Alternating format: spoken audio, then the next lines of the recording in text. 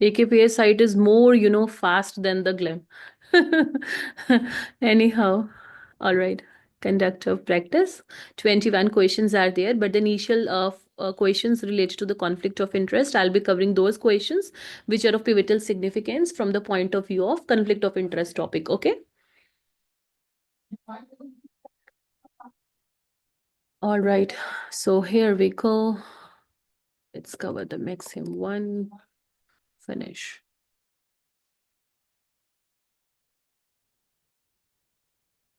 This is about circular 230, but okay. So here is a case study. Frank Maple, a CPA, he represents his brother Joe Maple, right? So that means represents his brother mean to say what? He's, representing his brother's case and as well as Joe's Joe's business partner, Bill Smith. The point here to be taken into consideration is that Frank Maple, who is a certified public accountant, he is taking up the case of his brother named Joe Maple, and at the same time, his brother Joe Maple's business partner Bill Smith as well. Okay, so Joe Maple and Bill Smith, they are equal shareholders in the Joe and Bill Corporation. Now, here the scenario is the Internal Revenue Service examined the corporation and determined that one of the shareholders committed fraud but could not determine which shareholder it was. So that means the direct tax department of United States of America, referred to as Internal Revenue Services, right? It examined this corporation. Which corporation? Joe and Bill Corporation, wherein the Joe and Bill both are equal shareholders. So, and determined that one of the shareholders committed fraud, but it is not traceable who committed the fraud, whether the Joe or the Bill. So Frank has made an appointment. Frank, who is whom? Certified public accountant. Frank is whom? This Frank Maple is certified public accountant, who is also the brother of Joe Maple, and he's representing his brother's case as well as his brother's partner's case as well. Now the situation is quite, a situation which involves the conflict of interest here. Let's proceed further. So Frank has made an appointment with the Internal Revenue Service to determine which partner was guilty. So which of the following statement reflects what Frank should do in accordance with the Circular 230? Okay. Now the point number A states Frank should meet the Internal Revenue Service and try to convince the examiner that each shareholder is equally guilty, or advise Joe and Bill that he cannot represent them because there is a conflict of interest, or advise Joe and Bill that they should dissolve the corporation, thereby making it difficult for the Internal Revenue Service to pursue the issue, or advise Joe and Bill on creating documents that will convince the Internal Revenue Service that neither shareholder is guilty of fraud. Now, we have to adopt elimination technique over here for the purpose of attempting MCQs. Elimination technique as in the options which are straight away not within the purview of the answer, they should be eliminated. Then you need to decide. So hereby I'm giving you 1 minute to ponder over, and please let me know in the chat box. So I'm hereby putting you on mute. You're already on mute. Thank you for the cooperation. And whatever answers you have, you can put your answers in the chat box. So this is a case study of conflict of interest.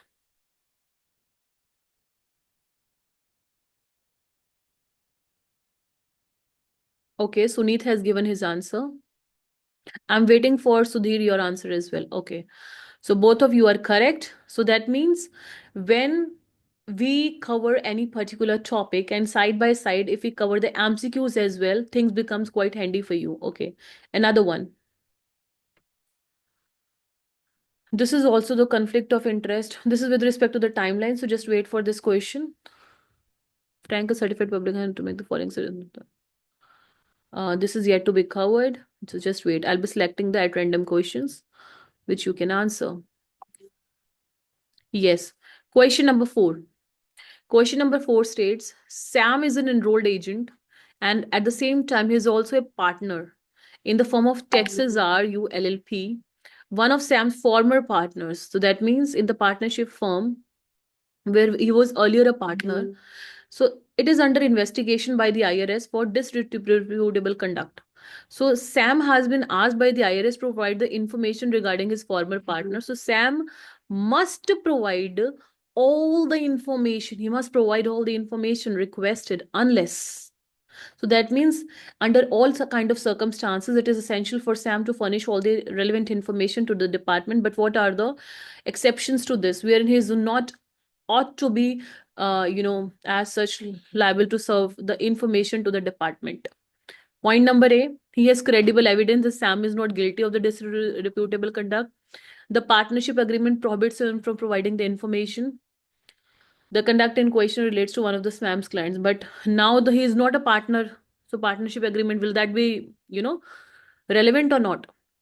Or he produces an evidence that Sam is not guilty, or he believes in good faith and on reasonable grounds that the information requested is privileged, or that the request is of doubtful legality, or the conduct in question relates to one of the Sam clients. Give me the correct answer. This is a question which involves your, sometimes a case study comes, a situation comes which demands your concentration, your logical reasoning rather than the topic itself. So, yes, here we go.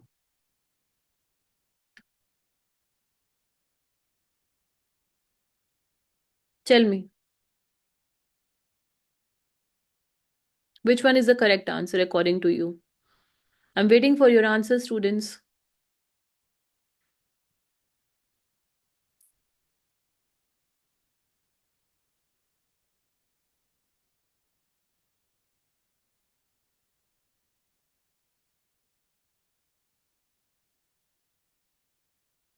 Do you want me to repeat this case study? Just hold on. So the correct answer is option number C. Sam must provide all the information requested unless, so that means Sam must provide all the information if such information is asked in good faith and on reasonable grounds. Okay, next question.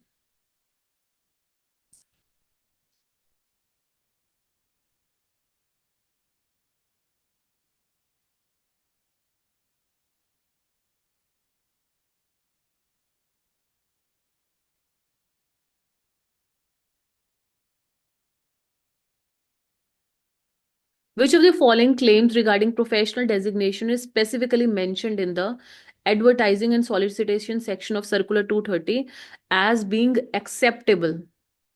Which of the following claims regarding professional designation is specifically mentioned in advertising and solicitation section? Which is acceptable? You need to focus on the word acceptable. The type of advertisement which is acceptable is what out of these four? Approved by the IRS based on passing a rigid text flow examination and a background check. Licensed word, certified word, enrolled to practice before the IRS. Which word is acceptable? Can a certified word be used?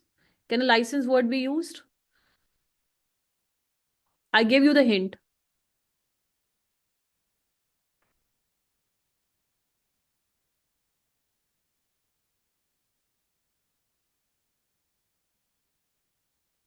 B, ma'am. Okay. Waiting for other answers.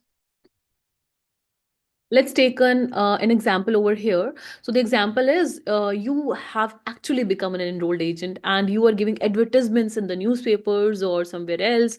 Okay, I am approved by the Internal Revenue Services. I have passed all the law examinations and my background check has been done. Please, if you would like to have an expert services, come to me and all that.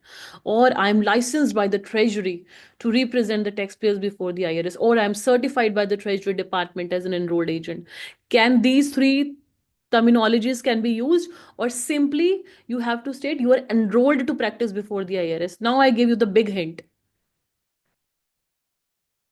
For the purpose of giving advertisement, which option would be the most appropriate one? Last one, ma'am. D. Yes, there you go. All right. Next one. It's also based on conflict of interest, but it's on time span. So I'm just skipping this for the time being. I'm taking another one because time span still to be included. Yeah, this one. Based on the same scenario based.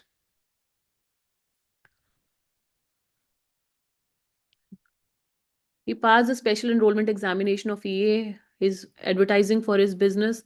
Which one would violate Circular 230?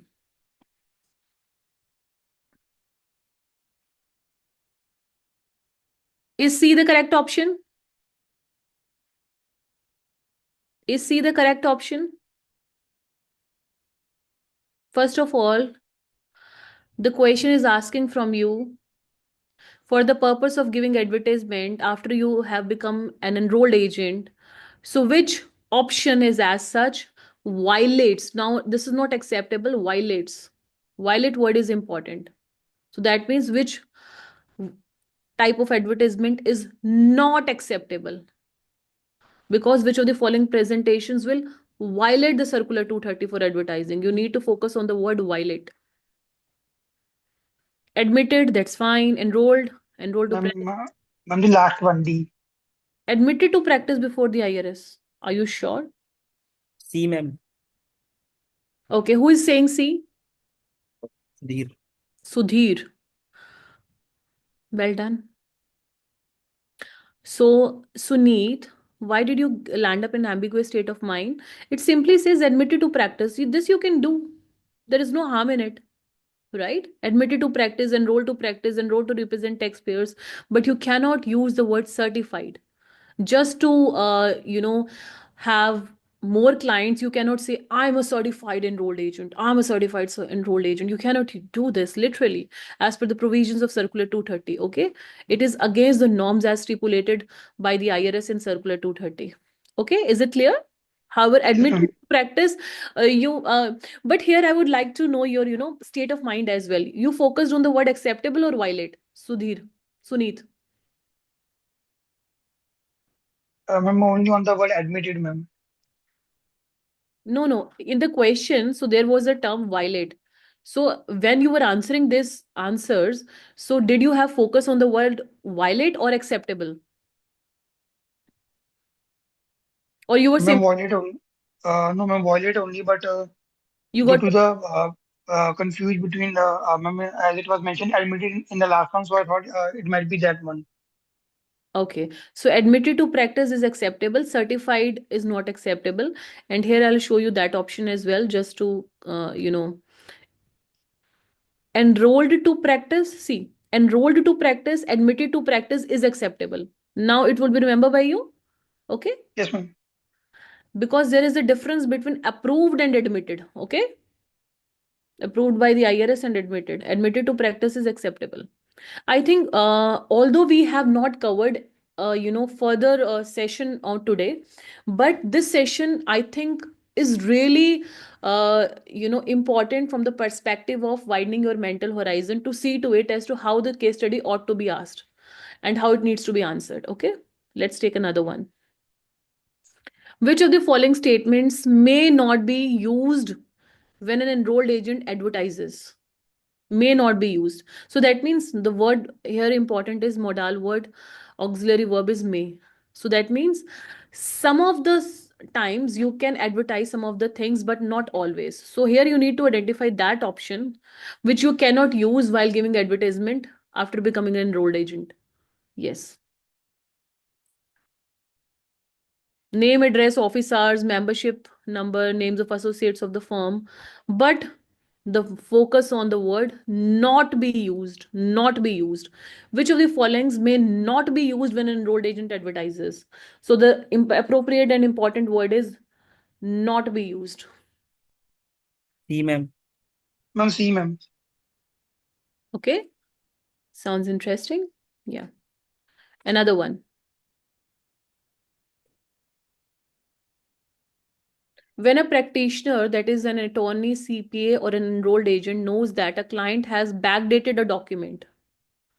So that means a certified practitioner, whether an enrolled agent, CPA, or an attorney, he knows this thing. Client has backdated a document that the client wants the representative to submit to the IRS. The representative has a duty to do which of the following? So, being a CPA or being a CMA or being an attorney by profession, if you know this thing, your client has actually backdated a document. It has, your client has put the date related to the previous some time back. And you know this thing. So what is your duty? Notify the local district attorney of a possible crime, or advise the client promptly of the such kind of non-compliance, error, or omission, and what will be the consequence. So that means the impact. So you will advise the B point says you will advise the client, okay, you are doing wrong.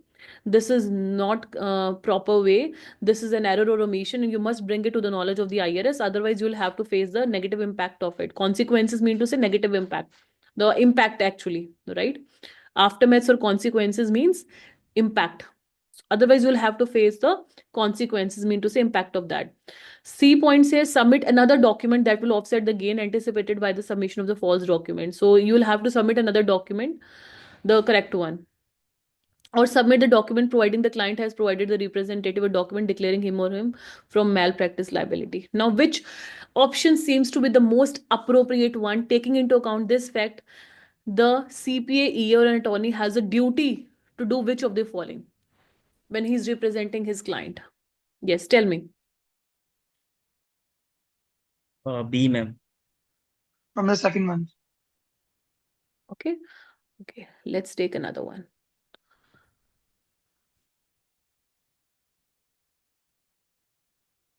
I will take this one. Just wait.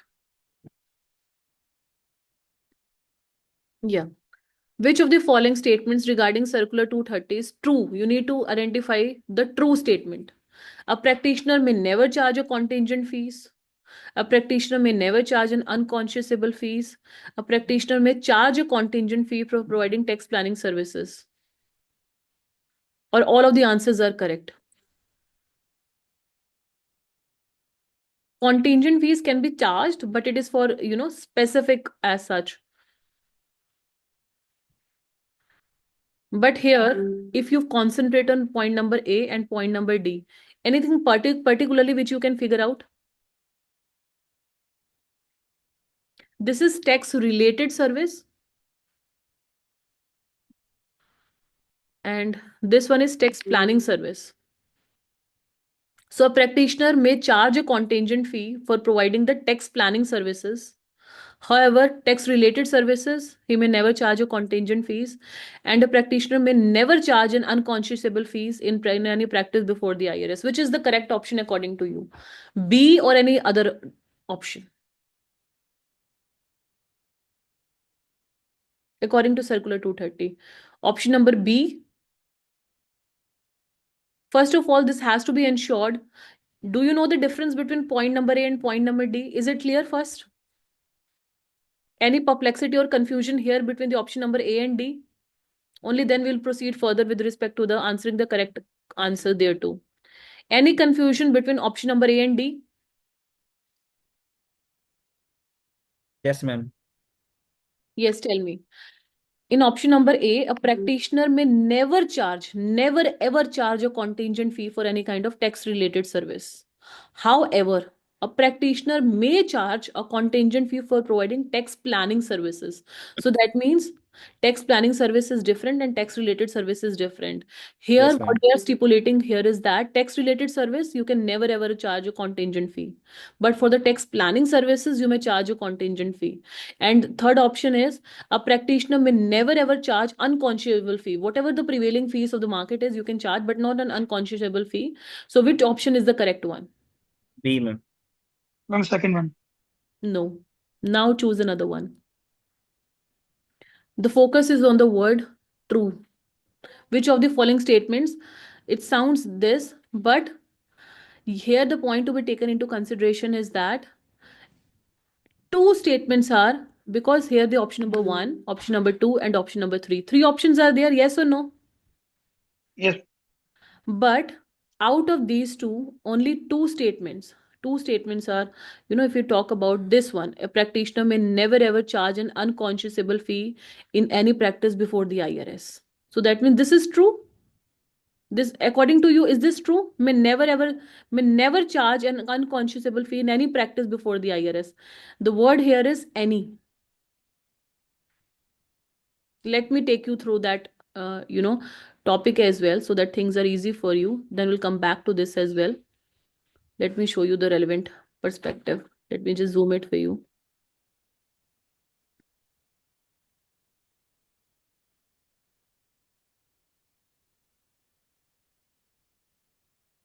because it was yet to be ought to be covered.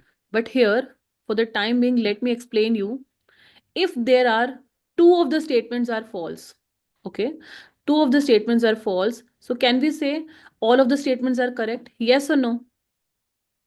If two statements are false and one statement is correct, I repeat, if two statements are false and one statement is correct, so can we say all three statements are correct? Come on, Sudhir and Sunil, tell me. No, ma'am. So No, ma'am. that's why it is not the correct answer. Okay. So now tell me which is the true. The option is quite clear to you now. Tell me. Ma'am, C. Here we go. Okay. Yes, ma'am. So that means a contingent fee is whether it is related to the tax planning services or the tax related services, it can never be charged. And you know, here is the point he mentioned was may never charge a contingent fee, may charge a contingent fee for tax planning services. Both the statements were false. However, this statement was correct. So we cannot say all the statements are correct. Okay. And even in the actual examination, they will trap you in such kind of language. Okay. In the actual examination, they will track you in such kind of language. So is it clear now? Yes, ma'am. Okay, so Sure. now we have, another topic with us. That's, we were ought to start from here, the point number 6 onwards, right? This one on page number 6, point number 6, right? So you might have to go to the office, and tomorrow I'll be traveling. I'll be traveling outside India tomorrow.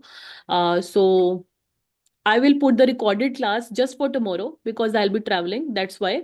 With respect to the conflict of interest, point number 6, 7, diligence, information, and till I tell you where. Till point Okay. number 4, and advertisement will also cover that, which was covered here particularly. Till point 1.2. I will cover whole 1.2 by today itself, and your portal will also be activated. Okay.